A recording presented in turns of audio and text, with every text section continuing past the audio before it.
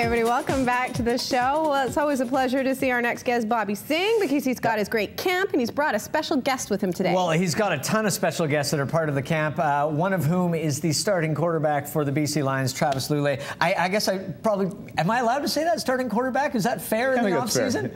All right, yeah, good. As long as Travis goes for it, away we go.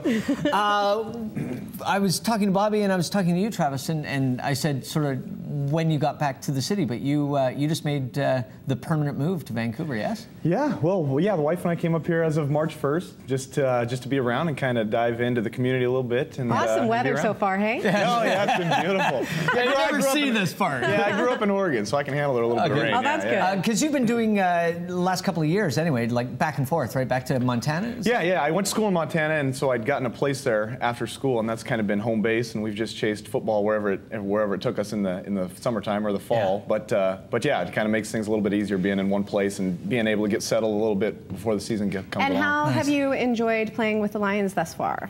So far it's been great. Great question, Fee. Yeah. Wait, one down. All right.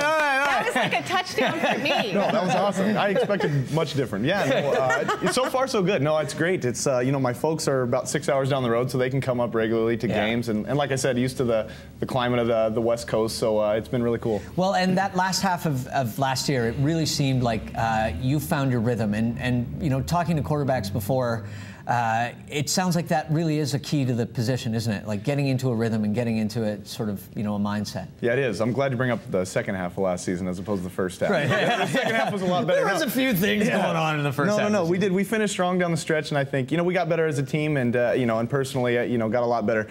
Sometimes you just got to go through some of the growing pains and some of the lumps along the way, but I do think the way we finished leaves us pretty excited about this year. Yeah, no kidding. And Bobby, you have your great camp for kids, and the reason why we have Travis here today is because he's one of the many guest coaches. But for those who don't know about your camp, tell us a little bit about it. Well, it's our third annual Downside Hut football camp. It's a non-profit group that I started. So it's a non-contact camp for kids, as you see there, ages 7 to 15 years old. It's an intro to football, so you don't need to be playing football. We just want to have a community event. You see Mark Iwiyama there. He's with the San Francisco 49ers. He's a strength and conditioning guy. He's the head guy. He got promoted this year. So and we're lucky they're in a lockout right now. And he's going to be able to make Well, and Bobby, obviously I want to use the term twist some arms to get guys involved. But the lineup of guys, I mean, G-Roy's part of this again this year. Anuka, you've got a huge lineup this year. Well, because they like me. I'm a nice guy. Yeah, you're a good dude. You know what? I built a lot of relationships along the years that I played, so I've bought them many drinks in the bar, and now they pay me back. Now they pay you back. Well, the thing is about the BC Lions, just in general, is they spend a lot of time with kids, and it's such a great thing to give that back to the community. Is that why you started the camp? Yeah, I think definitely. I've been with Wally in Calgary, and I think what he brought to the Lions was a sense of community, and guys had to do. I think that's what we were missing before, because I grew up here. As the Lions weren't in the community, weren't doing as much, and I think Wally brought that from Calgary. Is a sense of community, get out there, you're a role model, and it turns out, What is it like for the kids when they meet some of the coaches, they meet you, and they have the camp, and that day that they get to meet all these real football players? Yeah, I mean, their eyes are wide open. You got Travis and you got G-Roy, they love it.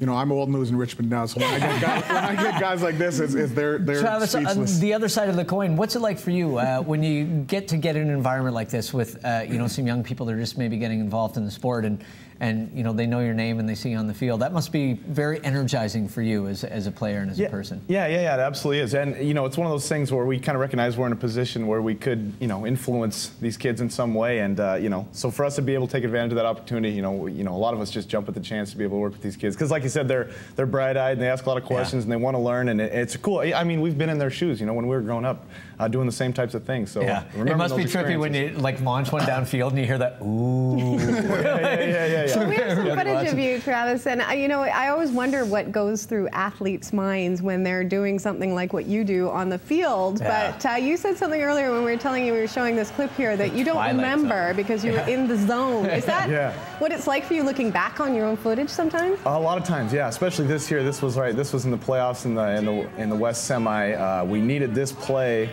to force a double overtime. So it was absolute do or die play. Yeah, we'd already gotten bumped back 10 yards, so we had to make it happen. Was that one of the craziest games you ever been involved in? Because I remember watching it at home, and I was like, oh, like it just kept going and going, and you know, both sides of the ball, amazing plays. Yeah, no question. It was pretty wild. Like I said, the whole fourth quarter kind of was like that, the Twilight Zone feeling. Like I said, yeah. You know, it was a tough one to lose, but obviously, if you're going to lose, you know, we gave it everything we had. Yeah, some motivation. What is your mindset coming into this year? You must be excited to sort of get back in the field. And I would imagine during the off season, when you get closer and closer to training camp, everything else, you really start chomping at the bit a little bit. Yeah, it's kind of that calm before the storm. I say, you know, coming up on training camp, I think we report on the 4th of June. The whole team reports. So, yeah, I mean, it's that time of year. Some more and more guys are starting to roll into town, and everyone's really ramped up. And this time of year, you know, everyone's, like you said, how do you really get ready for bit. training camp? How do you prepare for it? Well, it's just the off season, you know, physically, you know, you need a chance to get, first of all, recover after the season, because it is a long season, a lot of banging around, and then there's you know, a little bit of contact involved. Yeah, no in the question, game, so. right? So then it's you know, about getting your body back in shape, and you know, just being in the weight room and running and doing all those things, and kind of mentally kind of reloading and gearing up for another one. I'm so happy I retired. I was just about to ask whether you miss it. I mean, when you're around the guys. I and miss stuff. the guys. I don't miss waking up and holding the railing to walk down my stairs. Yeah. I just miss the guys. Daddy's hanging a little out. sore today. Get off me, kid. I miss the guys and just the camaraderie. Yeah. Totally. Well, and the camp is such a great way to continue that in your life as well. And, yeah, totally. And then we're doing our fundraiser at the Shark Club that night too. So we got Sandman through a bunch of the rooms for the guys. So we're going to be the Shark Club Richmond.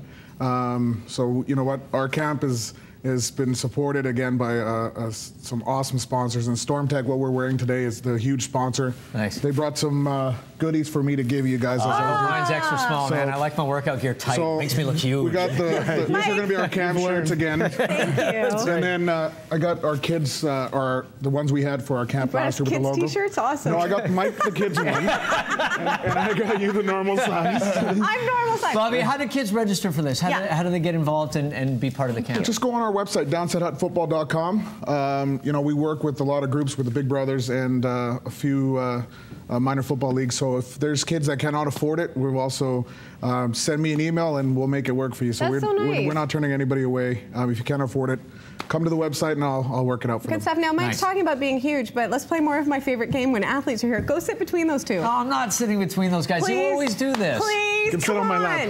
Bobby says you can sit on his lap. I'm not sitting on your I got a couple lap. hats for you guys too. Oh, thank you. I will wear this with pride.